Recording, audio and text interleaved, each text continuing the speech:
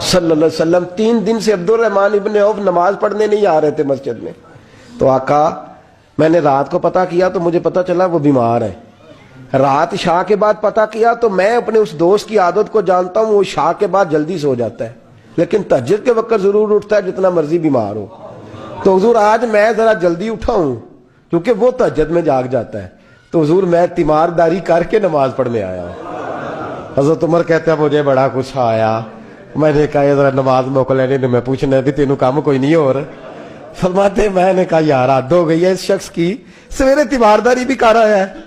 کہتے اللہ یہ میں نے کہا یہ رقابت نہیں, یہ محبت کی جنگ ہے, یہ محبت ہے. اس کو کوئی لوگ غلط مطلب بڑی جلدی لیتے ہیں نا. حضرت عمر فاروق فرماتے ہیں چپ ہو گئی تھے کہ سرکار نے تیسرا سوال پوچھا. حضور نے فرمایا کسی نے کسی مسکین کو کوئی صدقہ بھی دیا آج کے نہیں؟ تو حضرت عمر کہتے ہیں میں نے کہا حضور رات عشاء پڑھ کے میں نے دیا تھا. فرمایا تو عشاء کی بات کر رہا ہے, میں آج کا پوچھ رہا ہوں. آج؟ تو حضرت عمر کہتے ہیں مجھے پکا پتا تھا ان نہیں بولنے جو بولے تھے. تو آپ فرماتے ہیں میں نے توجہ حضرت ابو بکر کی طرف کر لی. میں کہا 10 پائی صدقہ کیا ہے کہ نہیں کیا؟ تو حضرت سیدنا عمر فاروق فرماتے ہیں جب ابو بکر بولا تو میں رویا. جب صدیق اکبر نے بات کی تو میرے چھم چھم آنسو نکلے. میں نے کہا یار تجھ سے کوئی نہیں فتح لے سکتا. حضرت سیدنا ابو بکر صدیق فرمانے لگے یا رسول اللہ آج میں تہجد کی نماز کے لیے اٹھا تو میرا پوتا بھی اٹھ گیا. حضور اس نے میرے ساتھ 2 نفل پڑھے تو کہنے لگا دادا جی بھوک لگ رہی ہے. تو میں نے اس کی دادی سے کہا کہ میرے پوتے کو 2 روٹیاں تو پکا دے. اس نے 2 روٹیاں پکائیں, ایک روٹی اس نے کھا لی, بچہ تھا, دوسری ہاتھ میں پکڑ لی. حضور گھر سے باہر نکلے تو ایک مسکین دروازے پہ کھڑا تھا, کہنے لگا رات سے کچھ نہیں کھایا. فرماتے ہیں تازی روٹی پوتے کے ہاتھ سے لے کے مسکین کو دی, پھر میں نے پتہ لیا واپس آیا ہوں. حضرت عمر کہتے ہیں پہلے میں مسکرا رہا تھا, پھر میری چیخ نکلی, میرے رسول پاک کے بھی آنسو آئے. فرمایا ابو بکر پوچھ اس لیے رہا ہوں کہ ابھی جبریل آئے تھے اور وہ کہہ گئے ہیں کہ یا رسول اللہ صلی اللہ علیہ وسلم جنت میں ایک حاجیوں کا دروازہ ہے جس سے صرف حاجی جنت میں جائیں گے, ایک روزے داروں کا دروازہ ہے جس سے روزے دار جنت میں جائیں گے, ایک سخیوں کا دروازہ ہے جس سے سخی جنت میں جائیں گے. یا رسول اللہ ابو بکر صدیق کو رب کا سلام کہہ دیں اور کہے رب فرماتا ہے ابو بکر جب تو جنت کی طرف منہ کرے گا اللہ سارے دروازے